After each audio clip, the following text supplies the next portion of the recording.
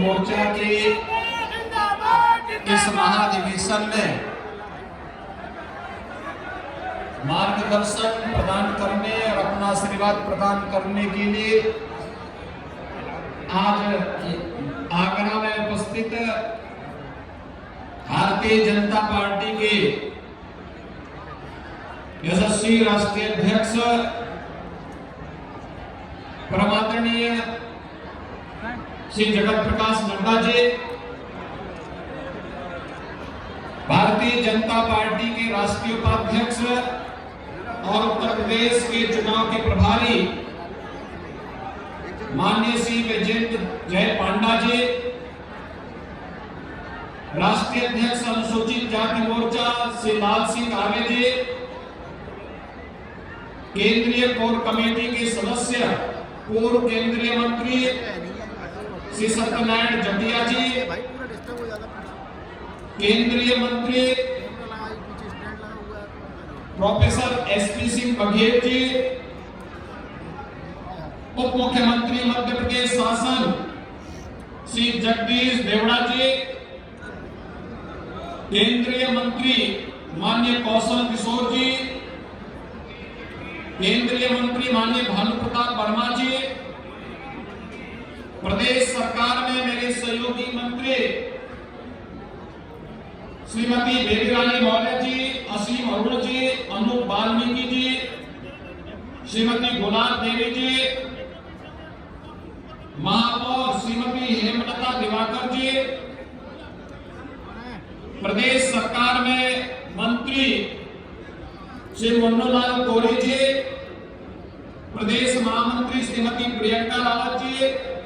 भैया पीछे मत देखो यार, प्रदेश अध्यक्ष रामचंद्र कनौजिया जी, सांसद श्री विनोद सोनकर जी, अनुसूचित जाति मोर्चा के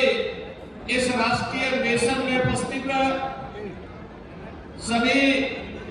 देश के अलग अलग कोने से उपस्थित सभी पदाधिकारी और भाइयों और बहनों, ब्रजभूमि के इस महत्वपूर्ण स्थल आगरा में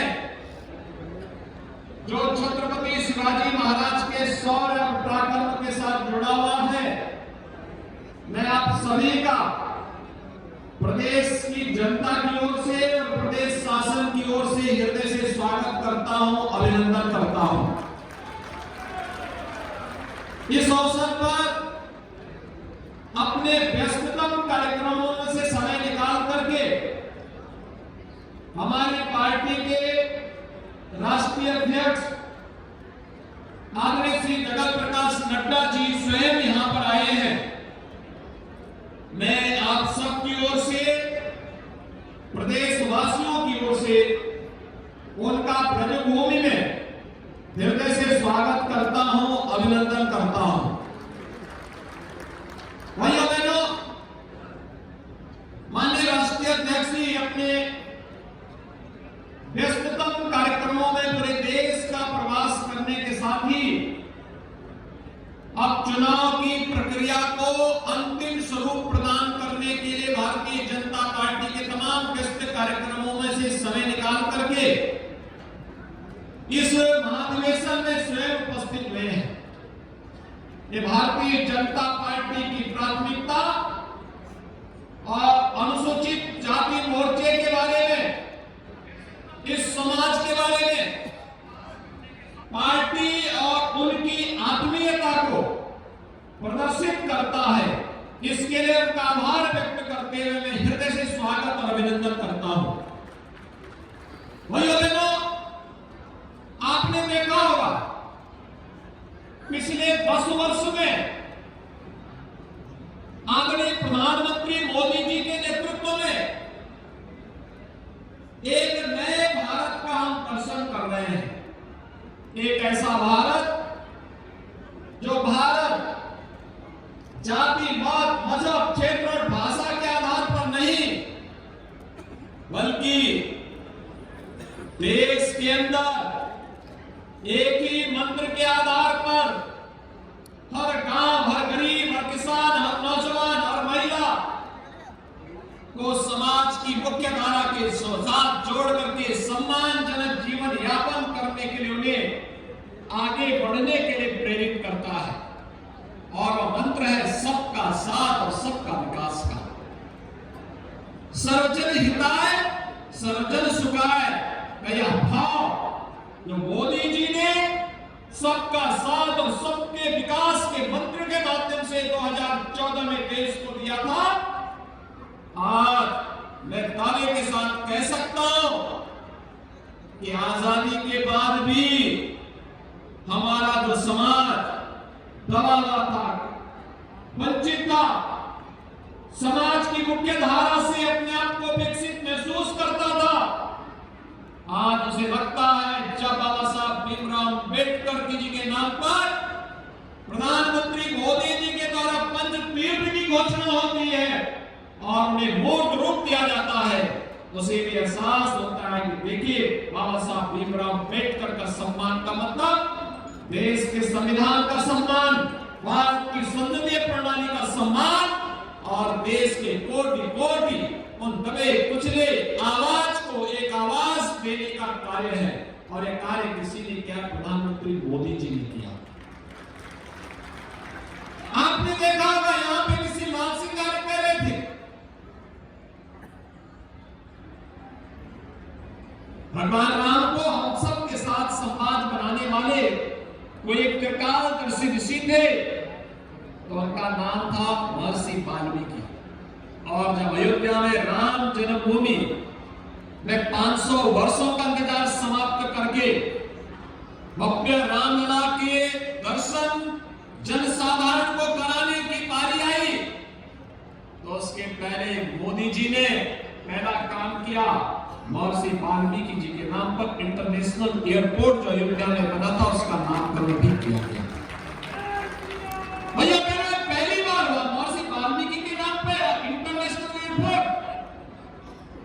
पहले नहीं हो पाया लेकिन मोदी जी ने किया। आज अयोध्या में आप जाएंगे, पहले दर्शन आपको महर्षि वाल्मीकि के होंगे। भैया काशी में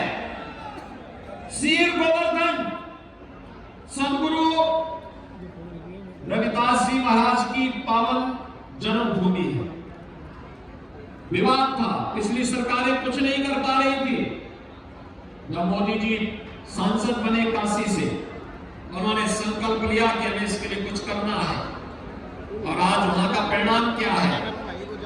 आज वहां पे लाल सिंह कह रहे थे शिलान्यास ने अब तो प्रधानमंत्री जी ने सदगुरु रविदास जी महाराज की 25 फुट ऊंची प्रतिमा को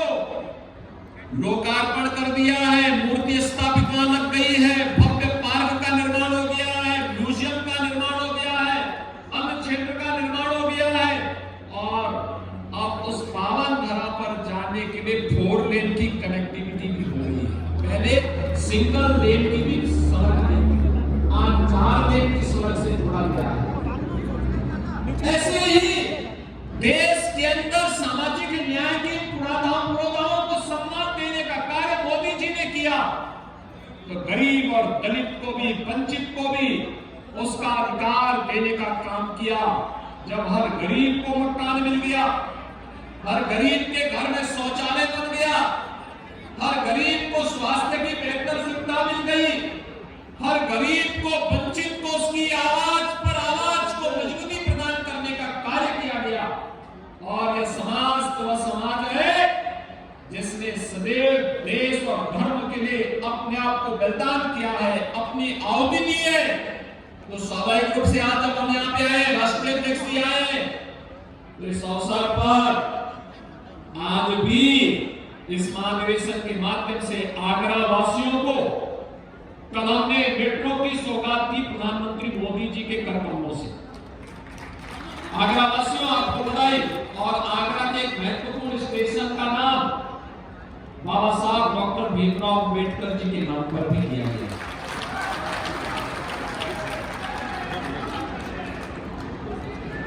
और यह समाज हमेशा दाता के रूप में काम किया है। तो आज 5200 करोड़ रुपए की परियोजनाओं की सौगात भी आगरा वासियों को उपलब्ध हो रही है। यानी एक बार फिर से हमारे अनुसूचित समाज ने तय कर दिया कि दाता की भूमिका है तो दाता ही भूमिका के रूप में वह काम करेगा, और आज भी वह उस रूप में कार्य कर रहा है। तो उत्तर प्रदेश के अंदर हम लोगों ने तय किया है, प्रधानमंत्री मोदी जी की प्रेरणा थी, पहले से तय कर रखा है, अनुसूचित जाति से जुड़े हुए जितने भी हमारे छात्र हैं, स्कॉलरशिप की राशि 2016 की तुलना में दुगनी की जा चुकी है। उत्तर प्रदेश के अंदर जहां पे जो गरीब बसा होगा, अगर वह आरक्षित श्रेणी की भूमि नहीं, उस जमीन का मालिकाना अधिकार, उसका पट्टा उसके नाम पर वहीं पर करके उसको आवास की सुविधा से आच्छादन करने का काम भी किया जा रहा है। और अगर आरक्षित श्रेणी की भूमि है तो पहले उसको भूमि आरक्षित पट्टा दिया जाएगा, कब्जा करवाया जाएगा, आवास उपलब्ध करवाया जाएगा, तब फिर उनको यहां से पुनर्वास की व्यवस्था होगी। एक व्यवस्था, हर एक के पास अपना राशन कार्ड है। आज सरकार की सभी प्रकार की योजनाओं से आच्छादित होता हुआ आगे बढ़ रहा है और सम्मानजनक तरीके से अपनी प्रतिभा का लाभ देश और समाज को देने का काम कर रहा है। ये डबल इंजन की वही सरकार है जो सरकार महाराज सुहेलदेव के नाम पर आजमगढ़ में विश्वविद्यालय का निर्माण करती है, तो महाराज बिजली पासी के किले का पुनरुद्धार, कौशल किशोर यहीं पर बैठे हैं, हमारे केंद्रीय मंत्री हैं,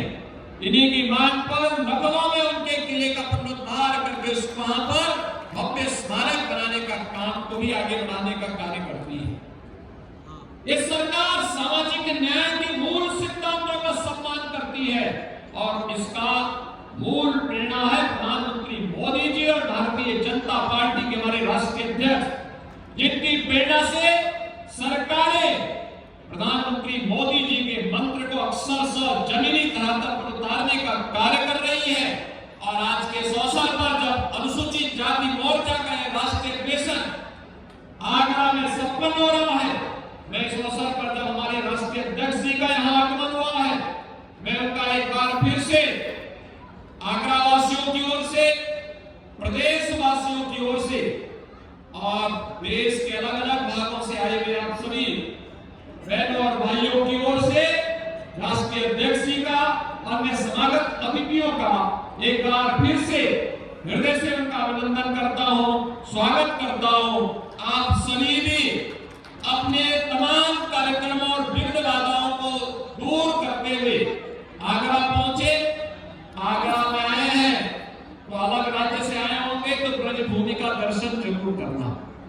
वृंदावन मथुरा के दर्शन करने जरूर कर जाना।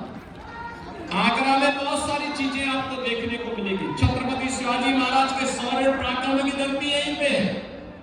और यहीं से हम लोगों ने छत्रपति शिवाजी महाराज के नाम पर एक म्यूजियम को बनाने के कार्यक्रम को भी आगे बढ़ाया है। तेजी के साथ एक कार्यक्रम आगे बढ़ेंगे, इस विश्वास के साथ आज यहाँ पे मंच पे हमारे तमाम जनप्रतिनिधि और प्रदेश सरकार के मेरे सहयोगी मंत्रीगण हैं, उन सब ने भी जो सहयोग किया है इस कार्यक्रम को आगे बढ़ाने के लिए, हमारे रामचंद्र कनौजिया को, लाल सिंह आर्य को और हमारे अन्य अनुसूचित जाति मोर्चा के पदाधिकारियों को हृदय से उनको धन्यवाद देता हूँ और अपने सभी सम्मानित अतिथियों का स्वागत करते हुए अपनी वाणी को यहीं पे विराम देता हूँ। मेरे साथ बोलेंगे जय श्री राम, जय जय श्री राम। बहुत बहुत धन्यवाद। अभी हमें अपने उत्तर प्रदेश के यशस्वी मुख्यमंत्री आदरणीय श्री योगी आदित्यनाथ जी का उद्देश्य उद्बोधन मिला। हमें इसी क्रम में सम्मान के साथ में